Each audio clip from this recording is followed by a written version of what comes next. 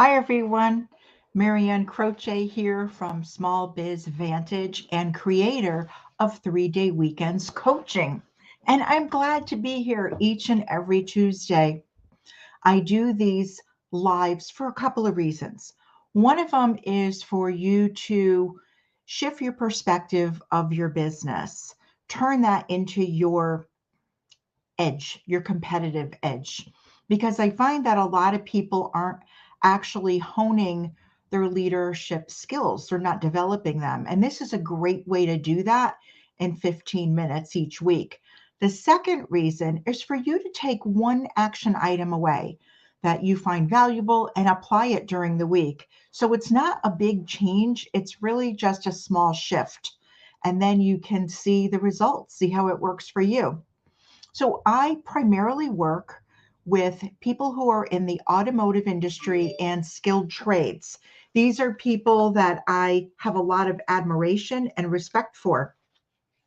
I grew up in the skilled trades industries and I've owned an automotive repair shop since 1999 with my husband. So I understand those industries really well. And what happens is most people will come to me and say, they've done well. They've reached different levels of success, but what they really want to do is have a life. They've created routines and habits that their just business has become their entire life and they're ready to have a life. And that's where I come in and I help them with that, help them with their team, and they can really have that balance that they want, that fulfillment that they want. So let's get started with this week's topic. This week is a continuation from last week. I want to talk about a sustainable business, but the not so obvious, because I believe that we always look at the things that are the most obvious, and we need to look at those. But a lot of times, the things that cause us as owners and leaders the most challenge is the things that are not so obvious. So, when I think of the early days about my businesses being sustainable, there were some obvious things. You have to have enough of work to be able to be sustainable. Otherwise, you're going to go out of business. And you have to be able to get that work done efficiently. You can't take forever to get the work done, right? That's not going to make you sustainable. So, personal story, Tony and I were really doing it all. When we first went into business, like many business owners in automotive or the skilled trades, there's nothing you won't do. You're willing to work late. You're willing to take on jobs that probably you shouldn't because they're going to take a lot longer. You're willing to work on the weekends. There's so many different things that you're willing to do because you have that grit. But we were working long hours to get the work done. And I realized after speaking to many owners that we weren't the only ones that believed that being busy was the key to success. How many times do you hear that? I'm just so busy. You wouldn't believe how much I have on my plate. But are we being productive? Are we producing? And are we producing really effectively and efficiently? After all, when you think about it, if you don't have enough of work, how can your business be successful? So that's why we fall into that trap of thinking that being busy is a really good thing. But if we can get that same amount of work out and not feel so busy, not feel so overloaded, that would be a pretty amazing thing. So, what Tony and I learned early on was that you need to be more than busy. Busy can really burn you out, and it happened to us. And here's what we were doing: we were doing it all. We were coming in early, we were staying late, and we were wearing lots of hats. We were in too many different roles. When you hear business owners say, I do everything. when you ask them what their role is in the company, and they'll say, oh, I do it all. I'm the chief bottle washer. I clean the bathrooms. I do this, I do that. So the point being is that you have too many roles, because all these different roles in your business really take different skill sets. And sometimes they're not a good fit. The other thing is we were really missing out on family time and family events because we were too busy in many situations. Well, I have to go in on Saturday, or I have to go in on Sunday, or if I can just get this out, I can show up, but I can show up late. So fortunately, today, there are lots of resources available through associations, trainings, could be even through like a network that you belong to, a chamber, coaching, mentoring, to really help you and guide you with these things. Most owners will realize the obvious. To make your business sustainable, you can't do it all. Most people do know that when you talk about it, because they realize that they have a capacity. They're only going to be able to do so much work. There's only so many hours in a day. But here's the thing, you need the right people to be productive. And most people, again, will tell me that they get it. Like that's obvious to them. And what happens when you have that? What happens when you have the right people? What happens when you realize that you just can't do it all because you have a capacity as one person? What's going to happen is that when you have the right people, you're going to have a greater capacity of work. And again, this is obvious, right? You're going to hire for roles that you really aren't suited for. This isn't my thing.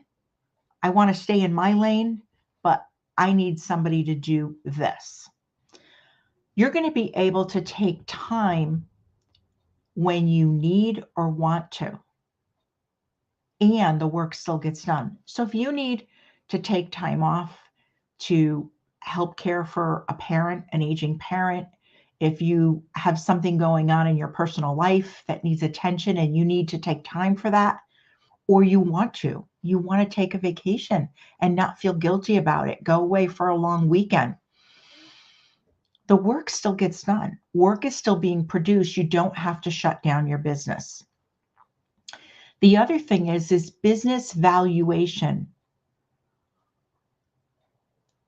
Hiring with a team, having hired a team and having systems and processes in place, your evaluation goes up. So when you have those things in place and you already have a team and it's not just you, the valuation of your business is higher. It's a greater valuation. Those things make sense and they are pretty obvious to a lot of people. But here's what's not so obvious. Facing or delegating fears. What's not so obvious when it comes to business being sustainable is your mindset or your thinking about leading others, how you think about that. What's your thought? What's your opinion on that? It really does make a difference. And the reason why it makes such a difference is because the way we think really does change how we act, how we show up. And most owners haven't experienced good examples of leaders and leadership. Many people who are owners now or leaders now have had bosses in the past who only told them what to do, but really didn't make it clear. They didn't set clear expectations or have a process that the team could follow. I know that happened a lot with my husband when he was in the automotive industry and started out in the automotive industry when he was young. Owners who take asking clarifying questions from the team as confrontational will struggle with delegating and leadership. So if you have a team member that's asking why or asking a question because they obviously don't understand the expectation, some owners will look at that as confrontational. Why aren't they just doing what I say? Why are they asking so many questions? Those are the people, the owners and leaders that are going to struggle with delegating and leadership.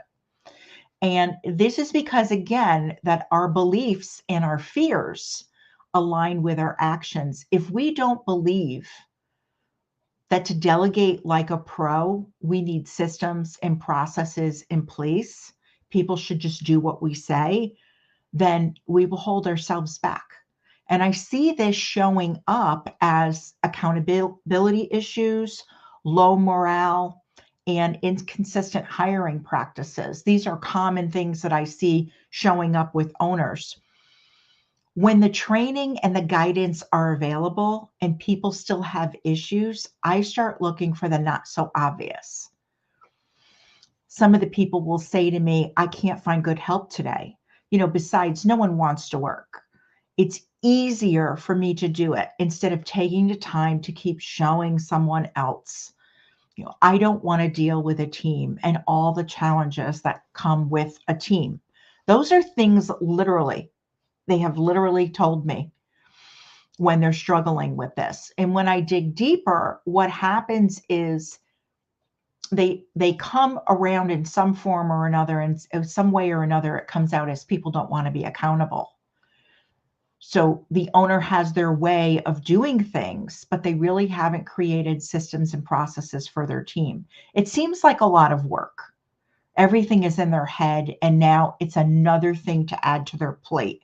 Now I have to get all of this out of my head, and I have to let them know, and I have to create all these systems and processes. What if they don't follow them, right?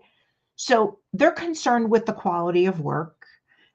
And if they don't do things themselves, how is that going to be? How is that going to turn out? They also worry about how they're going to show up as a leader. Or today, with liability issues, are they going to say the wrong thing? Are they going to offend somebody?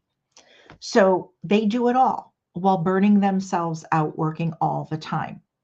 So when you think about this, what if you could change the way you look at delegating as a way to empower and lead your team? Actually gain control of your business by letting go of some of those things. Your business needs to be profitable, and it needs to be sustainable, and it needs to be enjoyable. Now, we're covering your business being sustainable today. Business needs to be sustainable for long-term success. Right? Imagine being able to leave as you need or want to. Imagine that you can enjoy more freedom when you have people on your team who you can trust. People crave to work in an environment where they know what's expected and how well they're doing. They want to self-assess. So if they know the guidelines, they know when they're winning. They know when they're doing a great job. If they don't, then they're in the dark. Your business being sustainable is another thing that happens. It also allows for you to plan for growth and help you better prepare for challenges that may come up. You're more solid when your business is sustainable. It's not the key to success. It's not the one thing that if your business is sustainable, it's the key. But a business also needs to be profitable and enjoyable. Keep that in mind. There's 3 pieces to this. But being sustainable is actually the key to being in control of your business. And I'm curious, when it comes to delegating, what is a delegating story that you had to overcome? I shared with you mine, that we had to do it all. We believed that we did. We thought no one would care as much as us, and we wore that like a badge of honor. But what's your story? Put it in the comments. If you're on the replay, I would be, happy to hear what it was that you had to overcome when it came to delegating, because it's not so obvious. So that's it for this week's Business Leadership in 15 Minutes. If you find this valuable, please share it with another business owner that would find value in it, and that you can help, because we can learn from each other. So I look forward to next week's Business Leadership in 15 Minutes, and have an enjoyable day.